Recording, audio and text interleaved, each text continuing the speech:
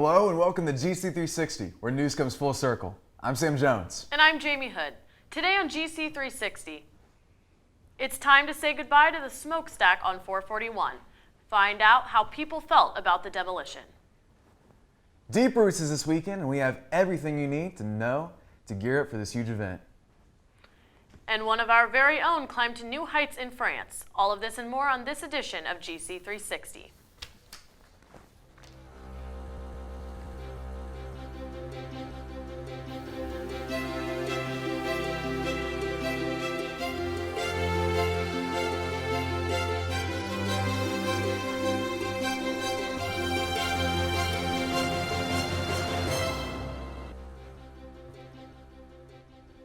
Turning to electoral politics, besides the presidency, the race getting the most attention in Milledgeville is for State House of Representatives in District 145.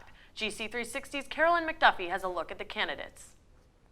Rick Williams, a Republican, will face Democrat and former Milledgeville Mayor Floyd Griffin in the race to win the State House seat.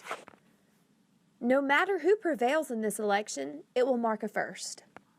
Williams is trying to become the first GOP candidate ever to win election to the Georgia House of Representatives for District 145. This is something that I've wanted to do. I feel like I can be effective. I have many friends in the legislature and in the Senate. Griffin is looking to be the first African American ever to serve as state representative from Milledgeville and Baldwin County. I'm not sure how much significance there are, but at least it indicates that running in a majority white district, there are a number of white voters who will vote for a person who is well qualified instead of voting for race. These men may have different fundamental values, but both are funeral home directors. We asked both candidates about themselves and why voters should choose them to represent District 145. I've been there and done that. I'm a retired Army colonel, flew helicopters in Vietnam, spent 23 years in the military and came back to Milledgeville. I was a state senator, was very successful as a state senator. Then I decided to run for lieutenant governor statewide. I got to know a lot of people and to understand the issues in the state. I'm going to work to get jobs, to bring jobs to Baldwin and Putnam County. And those things are going to help all of us, regardless of anyone's race or political preference. We're all in this together. As you might imagine, voters have mixed opinions on the candidates. Rick been buried in my family for forever. He's a compassionate man, intelligent man, good man. Well, I've known Mr. Griffin for a number of years. As a matter of fact, I'm his personal barber. Awesome. And I've known him to, to be an honorable man. As for Mr. Williams, I don't know him personally one way or the other, but I'm a diehard Democrat anyway. I will be voting for Rick Williams in the local election. I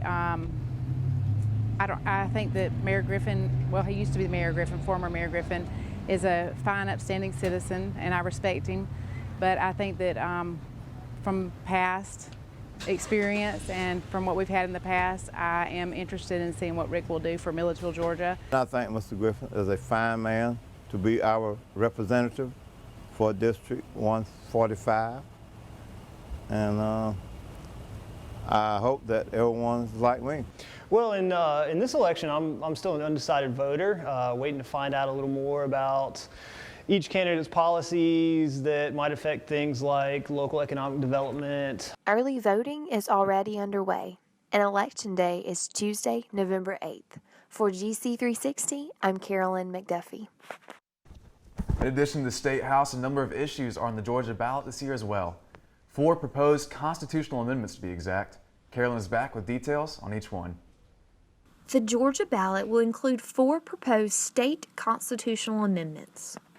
The first would allow the state to intervene in chronically failing public schools. The second would channel fines in certain sex crime cases to a fund for sexually exploited children. The Third Amendment would replace the state's Judicial Qualifications Commission with a new commission that would be designated and governed by the General Assembly. And the Fourth Amendment would allow channeling of tax revenue from fireworks to trauma care, fire protection services, and public safety. Some important things that were discussed in the legislature but will not be included on the ballot are marijuana legalization and the question of whether to allow municipalities to establish independent school districts. Likewise, it will not include the question of whether to use sales tax revenues for help to fund education. For GC 360, I'm Carolyn McDuffie. Georgia College is working towards an increase in diversity on campus. According to the most recent statistics published by the University System of Georgia, in the spring of 2016, the Georgia College student body was 82.4% white, ahead of Abraham Baldwin Agricultural College, which was 79.1% white. However, there is some encouraging news in enrollment this fall. The way things look now, we're looking at close to a 24% increase in African Americans in the freshman class and a 30 or so increase in Hispanic students, 30 or so percent. It's unclear how those gains will affect the percentage of African American and Hispanics in the overall university student population. For Georgia College, diversity encompasses much more than race and ethnicity. Disability, sexual orientation, gender identity, and socioeconomic class, among other things, are components of diversity. But race and ethnicity are important components of the university's diversity action plan. There are 4 goals. One is campus climate and inclusivity. There is professor and faculty retention and recruitment. There is student success and access, and there is also creative learning. So have students noticed any changes? I've noticed a slight increase in diversity on the campus, but mainly in the African American population. But I feel like there could be an increase in the Asian and Hispanic population as well. I have enjoyed Georgia College so much because I've been able to, get that experience with diversity and learn about other cultures, other people, other ways of life, and it's been incredible. Many challenges lie ahead in recruiting diverse students. We have to do a better job of providing scholarships to the best and brightest diverse students, and that will take time for us to create those. Also, reaching out to and making the connections that we need to make within various diverse communities in order to identify students that would do well at Georgia College. University administrators are committed to fostering a culture of diversity at Georgia College, but they acknowledge it will be a long-term challenge. It is exciting to see an increase in diversity at Georgia College, and we are looking forward to seeing progress towards a more diverse campus in the future. Moving on, have you noticed something missing on your 441 drive into or out of Milledgeville? Last Saturday, the smokestack at the power plant by Lake Sinclair was demolished, and GC 360's Christian Thomas was there to watch it fall.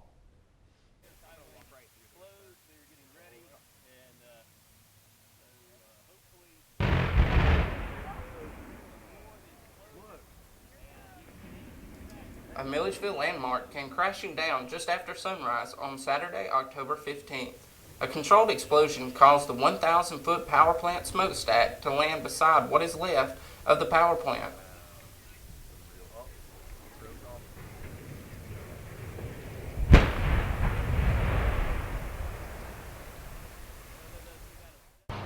Members of the community came out to say goodbye. I think it's kind of a bummer because it's kind of my guiding light home in a sense. Yeah, I mean, it's been here ever since we've been at Georgia College, so it's kind of like a part of Milledgeville. One former worker came back to watch. Well, it's kind of sad with progress, but the EPA is going to have their way. The power plant closed in April 2015. Georgia Power decided the cost of bringing the plant up to new environmental standards was too high and shut down the plant. The demolition was postponed for a week because of Hurricane Matthew. Traffic was stopped on Highway 441 just before the blast. Georgia Power spokesman John Kraft said everything went according to plan. You're right. It's been a lot of work going into making sure we had a good demolition project today. Indications are that it went as planned, so now there's a lot of cleanup to do over there where the stack came down. Georgia Power plans to continue demolishing the rest of the plant, but are still undecided about what to do with the property after that. Yeah, we're still evaluating, as we go. It'll take some time to get the rest of the site cleared. We're evaluating a number of options, but so we'll probably have some news on that closer to the end of the demolition. Reporting for GC 360, I'm Christian Thomas. Georgia College faculty member Allison Everett and her brother died as a result of a car accident near Milledgeville on Monday, October 10th. Her funeral was held on October 17th at Freedom Church in Milledgeville. Georgia College held a candlelit service in her honor after her funeral on Monday night. Her daughter, Sarah Everett, said, "We want to take the time to thank the community and everyone who has come together in honor of our mama. I know she would be very proud." Mrs. Everett was an exercise science lecturer at Georgia College, and she will be missed greatly in the Milledgeville community.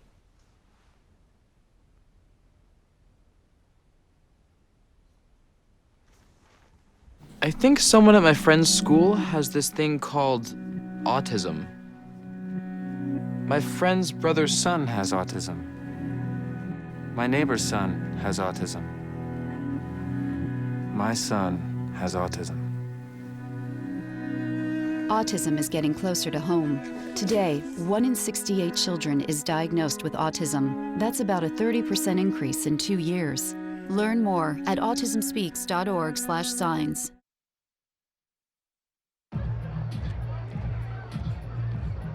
If you drive buzzed, it could cost you around $10,000.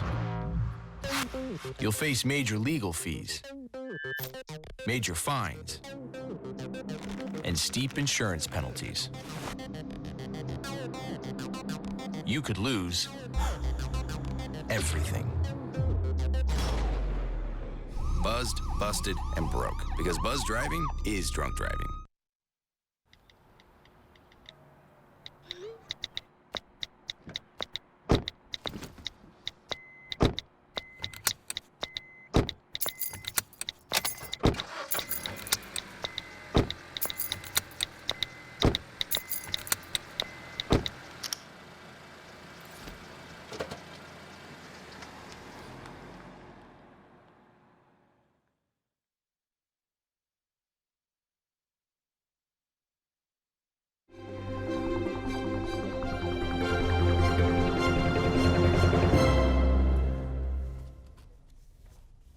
Welcome back to GC 360. I'm Angela Morian. And I'm Nick Weedman. It's time for the Bobcat Breakdown. Break out your record books and your whiteout. We've got some more names to replace in the blue and green history books thanks to some insane volleyball action in Tennessee this weekend. That's right, Angie. The Bobcat ladies halved the PBC SAC crossover challenge. 2 wins came at the expense of Mars Hill and Carson Newman, but the 2 losses were certainly battled for. Bobcats forced top-ranked SAC schools Tusculum and Lincoln Memorial to fight for their W's, leaving sets within 2 and expanding matches to 5. Bobcats posted some mind-blowing numbers in all 4 matches. Ebony Powers right there used that arm strength to power her attacks away from defenders, grabbing 19 kills against Mars Hill, her career best. Then there's Taylor Svela, who not only set top blocking numbers in 3 matches, but also broke the 4-set match record for kills, with 22 all for herself Saturday against Carson Newman. Now, our Bobcat Athlete of the Week, Chandler Walson. She not only topped Georgia College's dig record, she completely shattered it. Her 44 saves from Mars Hill bested the 2-year-old record by an obliterating 11 digs. Bobcat volleyball dropped a tough one against USC Aiken last night. They're now 3-4 in the conference, 10-7 overall. Now on to soccer. The ladies on Bobcat Field went to work Saturday as they hosted Peach Belt competitor Georgia Southwestern for the annual Kick for a Cure game. Thanks to 4 separate Bobcats and 1 Hurricane, Georgia College shut down GSW 5-0. Amanda Bartholomew was up to her usual tricks, striking first for the ladies in pink only 46 seconds from kickoff. Second goal came off the foot of Sol Baldessani, but pushed in by the Canes keeper, making the score 2-0. Number 3 flew in after halftime from Anya Mancinelli's free kick just outside the box. And Sofia Lekis got her first of the season thanks to an assist from Icelandic teammate Unborg Omarsdottir. And the 5th one of the biggest thrills of the night, with 2 minutes left on the clock, freshman Mary Lee Amarayan snagged her first collegiate goal right over the keeper's head. Bobcats blasted through Francis Marion last night on the road, scoring 7 goals to the Patriots 0. They'll honor 8 seniors this Saturday for the Senior Day game against Young Harris. Also this Saturday, cross country is headed across the county for the Peach Belt Conference Championships, this year hosted by Georgia College. Both Bobcat men and women will run the farm course off Council McCraney Road early Saturday morning and race for the top honors in the conference. Yesterday, Georgia College honored head tennis coach Steve Barsby with a special record-setting plaque. The women's 8-1 win over Young Harris in March marked the longtime Bobcats' 500th win. Coach Barsby is currently the winningest Bobcat coach among all active coaches at Georgia College. Now to a sport you might not know about. The men's rugby club team is pretty well known around the Georgia College campus, but this year they're adding a women's team to the Bobcat rugby family. GC360's Jennifer Jacobs has all the details. One group of Georgia College women is defying the odds by playing one of the most violent sports on earth. The Georgia College women's rugby team is taking the traditionally male-dominated sport and showing that they can compete with the boys. You don't have to be big to play rugby. I think that's part of the problem with recruiting people, because every time I tell people, hey, come out to rugby practice, they're really interested, they're like, oh no, like I would be killed out there, like I can't do that, it's way too rough for me. The club team was formed with assistance from the men's team in order to provide female rugby enthusiasts an equal opportunity to play the sport they love. With 14 members already recruited, the team is treating this season as practice time, joining the men's team in scrimmages until they have the numbers to begin tournament play. The first thing was to find girls and to try to recruit them. That's what we started doing at the orientations for the school and everything in the marketplaces. I got my recruitment chair to start working on that along with some of the other guys, to start asking just girls who are interested in playing different club sports, just offer them something different. The sport of rugby was invented in the 1800s in England and features elements that would later be found both in soccer and American football. The sport is known for being violent and sometimes dangerous, as players wear little to no protective gear while being subject to high-speed football-style hits. Women's rugby is not completely unheard of, as it is played around the world, but the increased chance of injury often keeps women away from the sport. But these Bobcat women don't fear pain and are up for the challenge in a male-dominated sport. We all had no experience, but we've learned the sport together, and we've seen each other improve, so it's really empowering to see other girls doing well around you and being able to attribute that to a team effort. The Bobcat women's rugby team look to turn some more heads as they grow closer to being ready for competition, making a bold statement about the abilities of female athletes. For GC360, I'm Jennifer Jacobs. Up next, Deep Roots. In past years, Deep Roots has filled the streets of downtown Milledgeville. We'll tell you why organizers say the 13th annual Deep Roots extravaganza is going to be the best yet. We'll be right back. You make me wear my bike helmet. Taught me never to run with scissors. You tell me to stay away from drugs. To always buckle my seatbelt. And to follow the swimming rules. You're always looking out for me and trying to keep me safe. So why do you keep a loaded gun in your drawer? Here in the garage. Closet. Shoebox. Under the bed. Where anyone can get to it. How safe is that? How safe is that? How safe is that? You asked them to follow some safety rules. Now they're asking you. In fact, they're counting on you. Never let your gun get into the wrong hands. If you own a firearm and are not using it, please be responsible and be sure that it's stored in a safe place. Remember, always lock it up. For more information on firearm storage safety, visit ncpc.org.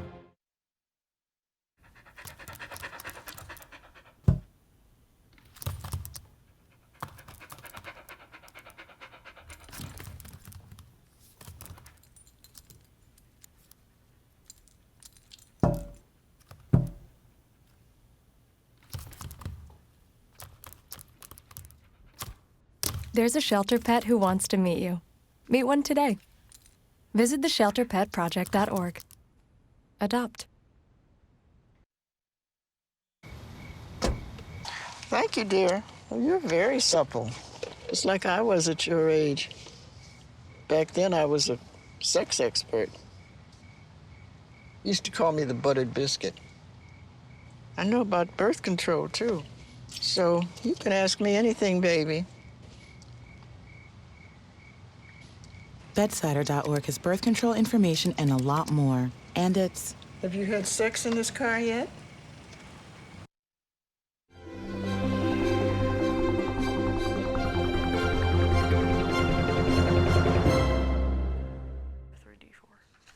Hey everybody, it's Jessica. Green Day has returned to the top of the Billboard 200 for the first time in over 10 years.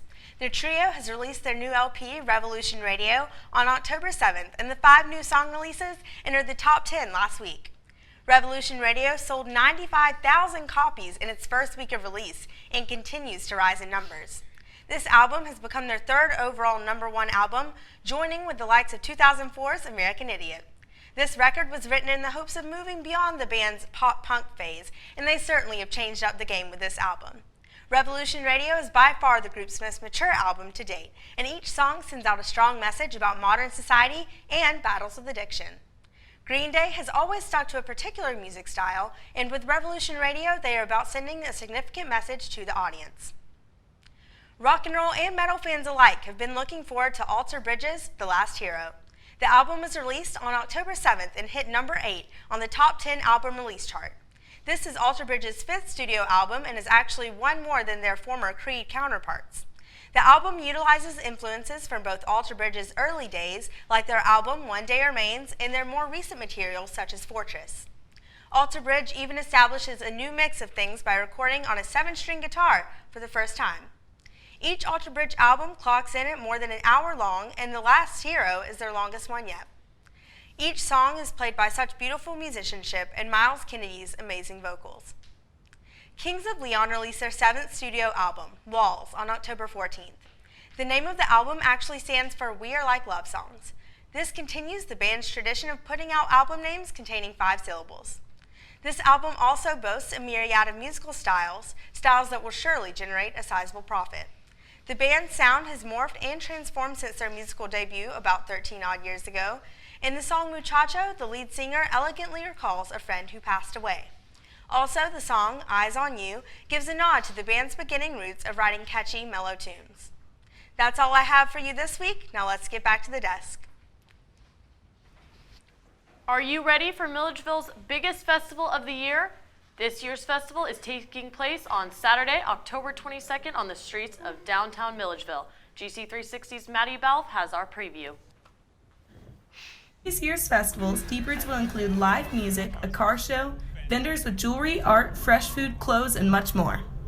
Starting at 2:30 in the afternoon, the bands will start playing live with Kashana Armstrong, Cranford Hollow, Amasa Hines, Sean Mullins, and the headliner Judah and the Lions takes the stage at 10:20 p.m. Tickets will be available at the gate for $8 before 5 p.m. or $15 after that, so get there early. Milledgeville Main Street Director Carly Schultz said, "The day provides an amazing sense of community, and I think the locals feel pride for their city during the event as well." Me and Chastain Clark have worked on building a 12-foot wall for the community to draw on and illuminate, like a big coloring book for the community with the Deep Roots logo on it. We have also installed and built a 4x4 live activation for 4 artists to paint on throughout the day. Adler and I both grew up in Atlanta, and growing up, we were constantly surrounded by street art and surrounded by live art. And this is something that now, having gone to school in Milledgeville for 4 years, we're trying to provide and offer for the community. Everybody's talking about the event, so we can bet that this year's Deep Roots will live up to your expectations and more, once again. Up next, Connor King defied odds and reached new heights this semester. Stay tuned to find out how. We'll be right back. I think someone at my friend's school has this thing called autism. My friend's brother's son has autism. My neighbor's son has autism. My son has autism. Autism is getting closer to home. Today, 1 in 68 children is diagnosed with autism. That's about a 30% increase in 2 years. Learn more at autismspeaks.org/signs. If you want to be a parent, it doesn't matter how you play, what you wear, how you dance, or even what direction life takes you. You just need to be there. You don't have to be perfect to be a perfect parent. Thousands of teens in foster care don't need perfection. They just need you.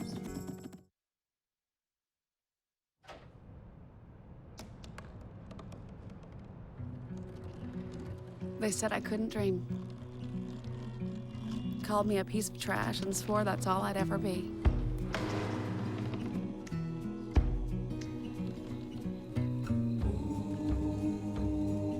Said a bottle couldn't see the ocean.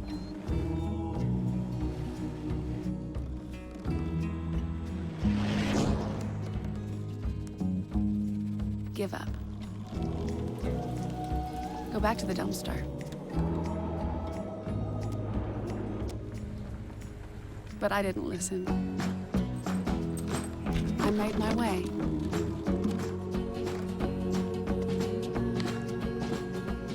And now, I am what I've always wanted to be.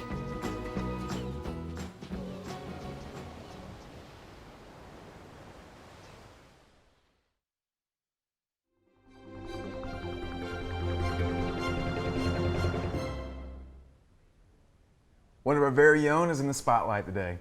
Not only does he do a video for our show, but he's a pretty world-class rock climber as well. Well, there weren't any Bobcats in Rio this summer. One Georgia College student just brought a medal back to Milledgeville. Alright, my name is Connor King. I'm a sophomore. My major is Major Information Systems and Mass Communications. Connor won a bronze medal at the International Paraclimbing World Championship in Paris, and if that isn't impressive enough, he was the youngest competitor in the group by more than 8 years. Never thought I'd be making the podium. No. That's crazy. Connor does all this with a condition that, among other things, limits his movement.